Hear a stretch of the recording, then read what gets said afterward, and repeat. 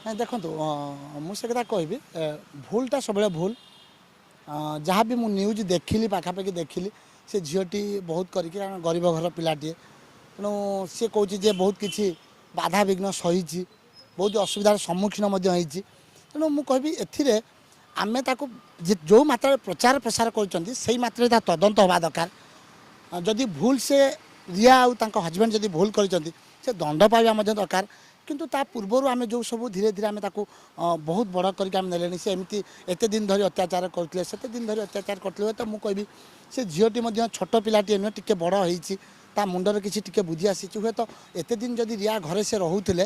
ସେ ସେଇଟା ବି ଜଣାଇ ପାରିଥାନ୍ତେ ତେଣୁ ଆଜି ଯେତେବେଳେ ମଣିଷ ଆମେ ଏଇଟା ସମସ୍ତେ ଜାଣିଛନ୍ତି ଯେତେବେଳେ ଆମେ ଅସୁବିଧାର ସମ୍ମୁଖୀନ ହୁଅନ୍ତି ସେତେବେଳେ ଆମେ ସମାଜ ଆଗକୁ ଆସିଥାନ୍ତି ତେଣୁ ଯଦି ଏବେ ସେ ଅସୁବିଧାର ସମ୍ମୁଖୀନ ହେଇଛନ୍ତି ତାଙ୍କୁ ଆମେ ସମସ୍ତେ ସପୋର୍ଟ କରିବା ଦରକାର ତେଣୁ ମୁଁ ବି ମଧ୍ୟ ଯେମିତି କହୁଥିଲି ମୁଁ ବି ମଧ୍ୟ ତାଙ୍କୁ ସପୋର୍ଟ କରିବି କାରଣ ମୁଁ କୁହେ ଯଦି ମୋ ବାପା ଭୁଲ କରିଛନ୍ତି ମୁଁ କହିବି ଯେ ନାଇଁ ମୋ ବାପା ମୋତେ ଜନ୍ମ ଦେଇଛନ୍ତି ବୋଲି ସେ ଭୁଲ କରିବେ ମୁଁ କହିବି ଠିକ୍ ବୋଲି ସେଇଟା ନୁହେଁ ଭୁଲଟା ସବୁବେଳେ ଭୁଲ ତେଣୁ ଏତିକି କହିବି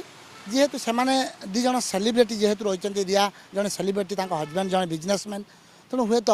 ସେଇଟାକୁ ଟିକେ ବଡ଼ କରିକି ଆମର ଚାଲିଛି ଯେହେତୁ ଗୋଟେ ସେଲିବ୍ରିଟି ଭୁଲ କଲେ ଯେତେବେଳେ କୌଣସି ନା କୌଣସି ପଦପଦବୀରେ ଥିଲେ ଭୁଲ କଲେ ତାକୁ ଗୋଟେ ବଡ଼ ଭୁଲରେ ନିଆଯାଏ ତେଣୁ ସେମିତି ହେଇଛି କେସ୍ଟା ହେଇଛି ତେଣୁ ଆକୁ ଆମେ ପୁଙ୍ଖାନୁପୁଙ୍ଖାନୁ ଭାବରେ ତଦନ୍ତ କରିବା ଦରକାର ଯଦି ସେମାନେ ଭୁଲ କରିଛନ୍ତି ତାଙ୍କୁ ଦଣ୍ଡ ମିଳିବା ଦରକାର ମୁଁ ମଧ୍ୟ କହିବି କିନ୍ତୁ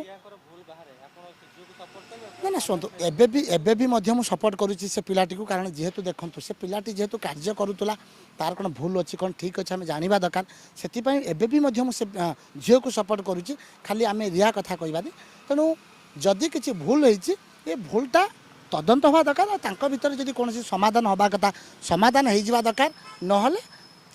ଯେତେବେଳେ ଆମେ ପ୍ରଶାସନ ରହିଛନ୍ତି କେସ୍ଟି ଯେତେବେଳେ ଅନ୍ୟ କ୍ଷେତ୍ରକୁ ଯାଇସାରିଲାଣି ସେଇଟା ସେଇ କ୍ଷେତ୍ରରେ ସମାଧାନ ହେଇପାରିବ ନହେଲେ ଆମେ ଏମିତି ଖାଲି ଦେଖନ୍ତୁ ଆପଣ ଯେମିତି ମୋତେ ଗୋଟେ ପ୍ରଶ୍ନ ପଚାରିଲେ ତାର ଉତ୍ତର ଦେଲି ତେଣୁ ଆମେ ଏଇ ପ୍ରଶ୍ନ ଉତ୍ତରରେ ରହିଗଲେ ହେବନି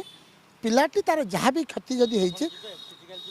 ହଁ ଫିଜିକାଲି ମୁଁ ନିହାତି ଭାବରେ ଯିବି ସେମିତି କିଛି କଥା ନାହିଁ ମୁଁ ତାର ଡିଟେଲ୍ସ ଆଜି ଯଦି ଜାଣିବାକୁ ଚାହୁଁଛି ମୁଁ ତା ପାଖକୁ ନିହାତି ଯିବି ସେଥିରେ କିଛି ଅସୁବିଧା ନାହିଁ।